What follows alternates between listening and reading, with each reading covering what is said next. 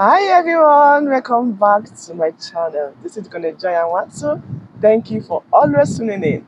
Today is another day of book review with Chizoba Christian. Hello, everyone. Well, you're looking so beautiful. Oh my God, ma'am. Thank you. I love what you're wearing. Thank You look you. so fine. Thank you. Okay, today she's here to do another book review of Reverend Chris Christian. And that book she wants to review today is the Book of Remembrance, written by Reverend Chris Christian, and it's a 12 chapters book. She wants to take it in two series, as usual. You know, she knows how to digest a book. She'll get a book and digest it from beginning to the end. And one series will not be enough for it. So she wants to do it in two series. So let's hear her dig in. Okay. Thank you, ma'am. So dig in. Yes. Okay. So this is one loaded, very loaded book of Reverend Chris Christian. Yes. One of my best among the new One of series. your I best. love this book so much Wow. because it just addresses a lot of things, answers a lot of questions about certain subtleties of our time.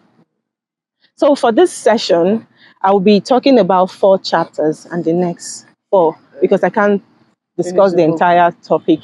It's a 12 chapters book and each chapter is loaded. So I can't talk about the entire chapters in just a few minutes book review session. So dig in with me. Dig in. Let's go through it together. Chapter 1 says the book of remembrance. Yeah, book of remembrance. So there's nobody that does not have a company of spirits. Everywhere you go, spirits are there with you, and God is also there. Every angel around us is a book carrying angel. The capital spirit of our life is a book carrying spirit. Now, this spirits carry books so as to keep record of all we do for God. The reason why they keep record of all our works is for the day we will be rewarded. Should anyone decide to deny or argue the claims, then his book of records will be consulted. So, yesterday is a schoolmaster of today, and today is a disciplinarian of tomorrow. Yes. So, therefore, God cannot introduce tomorrow without first checking what today kept. God cannot introduce your tomorrow without first checking what you kept today. And because the book of remembrance is personal, don't allow anyone quench the fire of your zeal because records are being kept, record is being taken. So your first priority should be to develop a righteous, godly lifestyle you want to live. To develop it because that is what God stays with. That's the good record that will speak good tomorrow. Although mistakes can be made, you can tilt a little to the left or to the right because you're human. Yeah. But even in bending, while bending, be very careful about your center. Don't leave your center. That uniqueness is what will establish destiny. Don't ignore that center. And don't stay too long when you bend because when you do, then it becomes a destiny. Now, history is a documented stories of men. After one is dead, God forbid, you no longer have the power to tell men how to describe you. People will describe you however they see you. How you have lived. Yes. Now, if you don't make your life obvious, people will describe you however way they deem fit, and you'll be helpless about it. But when you make your life obvious, even when a lie is told about you, the fire of the testimony of a life well lived will witness against them. When a lie is told about a righteous person, God will smash it. Also, it is important to note that the future is always an offshoot of the past. The Bible says that God will visit the iniquities of the fathers upon the children, even up to the third and fourth generation. You see that in Exodus chapter 20, verse 5. So those who committed the iniquities may have died, but because their book of remembrance were not neglected, the consequences of their actions still came upon the living, and it will still come up to third and fourth generation. That is how serious this thing is. So you should be careful about what you're keeping today. Moving on, chapter 2. Chapter 2 says, the Lion of Judah is a righteous judge. We all know that God is a righteous judge. He's a righteous rewarder of all the works of men. He rewards people accordingly by their works. Now, people often call the rewards of righteousness luck. No, the reward of righteousness is not luck. It is an involuntary response. That means somebody did great things and God responded. God brought reward. Prosperity is a response to opportunity. Destruction, while destruction, on the other hand, comes through a lifestyle. It is a life somebody has lived that eventually gives the person destiny. So, having this in mind, it is important to know again that it is the pain of righteousness that protects people. That's why in chapter 1, the book's advising develop that lifestyle you want to live. And the lifestyle to live is a godly lifestyle. Because it is the pain of righteousness that protects people. There is no evil, there is no challenge that is addressed, faced continuously with the pain of righteousness that won't end. But when iniquity abounds, then grace will be mocked. Iniquity abounds. Yes. Grace will be mocked. Yes. Grace will be mocked. Yes. Moving on quickly. So, lastly, for this session, I will be talking about chapter 5 and chapter 6 together. Okay. Chapter 5 says the past cannot be changed. And chapter 6 says we all represent acts of the past. Now, the past cannot be changed. So don't even try to make efforts to change it. You can't change what happened yesterday because it's already in the past. It already happened. Yes. Heck, you can't even change what happened within the hour. Yes. You can't be changed. It has already happened. And not only that the past cannot be changed, it determines tomorrow. The past speaks in the future. More so, not only that the past cannot be changed, the past will never lie. The past cannot lie. If you want to know what happened yesterday, just look at today. You see what happened yesterday. You will know what happened yesterday. Yes. And God does not thwart that history. The future is always a play out of the past. So the good or bad happening, it wasn't God that did it. Neither was it even Satan per se. It is the men of the past. It is what people kept in the past. There is no family kept down without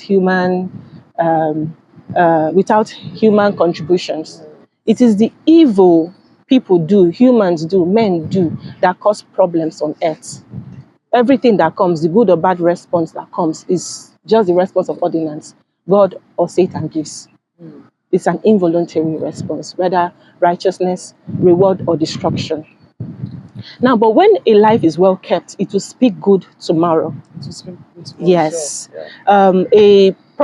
If the past is prodigious and promising, it will speak good. The future will be wonderful. The future will be great. Now, that past cannot lie. Nobody can deny what he has taken from the foundation.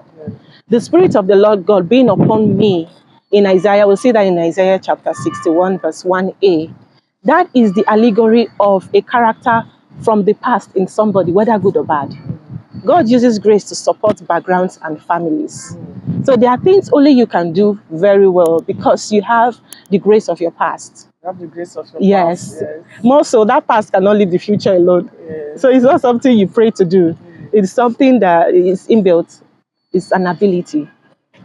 On the other hand, even the evil people are inspired to distill something they took from the foundations. Isaiah chapter 51 verse 1 says, "You that seek after righteousness, consider the rock where you were healed." And Hebrews chapter 12 verse 1 says, "Seeing we are all encompassed with so great a cloud of witness, let us run with patience the race that is set before us." Now, no one is ever alone. We move around with our clouds. Cloud of witness are the people who gave birth to you. And between you and them is a book of remembrance to justify their claims on you. So justify their claims on you. Yes.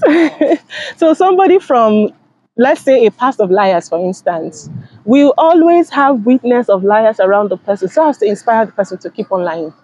Somebody from a past of thieves, the same thing, will inspire the person to even steal when people are watching. These things cannot be taught. It's an inspiration. It's an inspiration. Yes. We all live from inspiration because man is a conscious being. What you teach people is not as important as what they already know about themselves from inspiration, what they're inspired to know about themselves. What we are taught is not as important as who we are.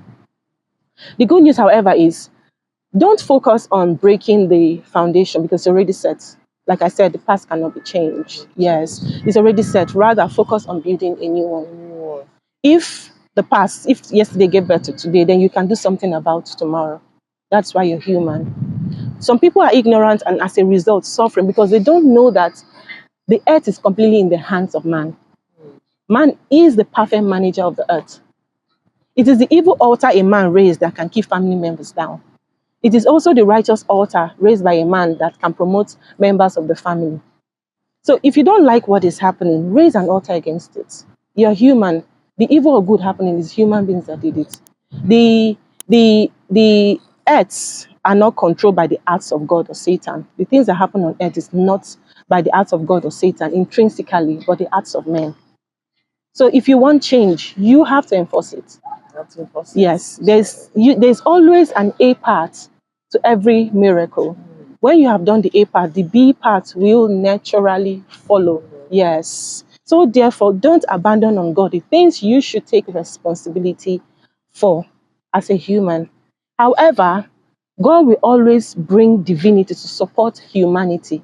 Wherever the sacrifice of sweat, tears, and blood are made, whether within the church or outside the church, Muslim, Christian, unbeliever, wherever that ordinance is kept, God will bring reward due to ordinance. I'll stop here for now, and I'll see you in the next where I'll be talking about few other chapters to end the series of this book review. I hope it has blessed you so far. Yeah, sure.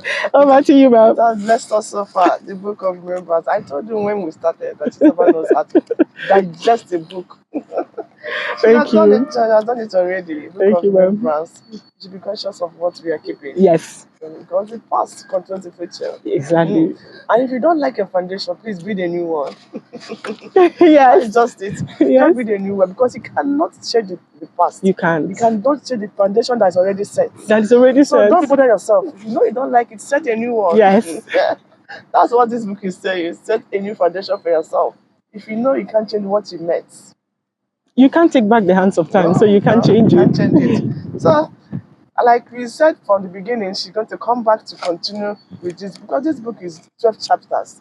She'll just review few of the chapters in the book. She will also come back to review the remaining ones. Thank you for joining us. We will see you again in our next edition. And don't forget to share this video. Don't forget to like it, share, comment, and also subscribe if you have not done so. So tune in again in our next edition. Bye. Bye.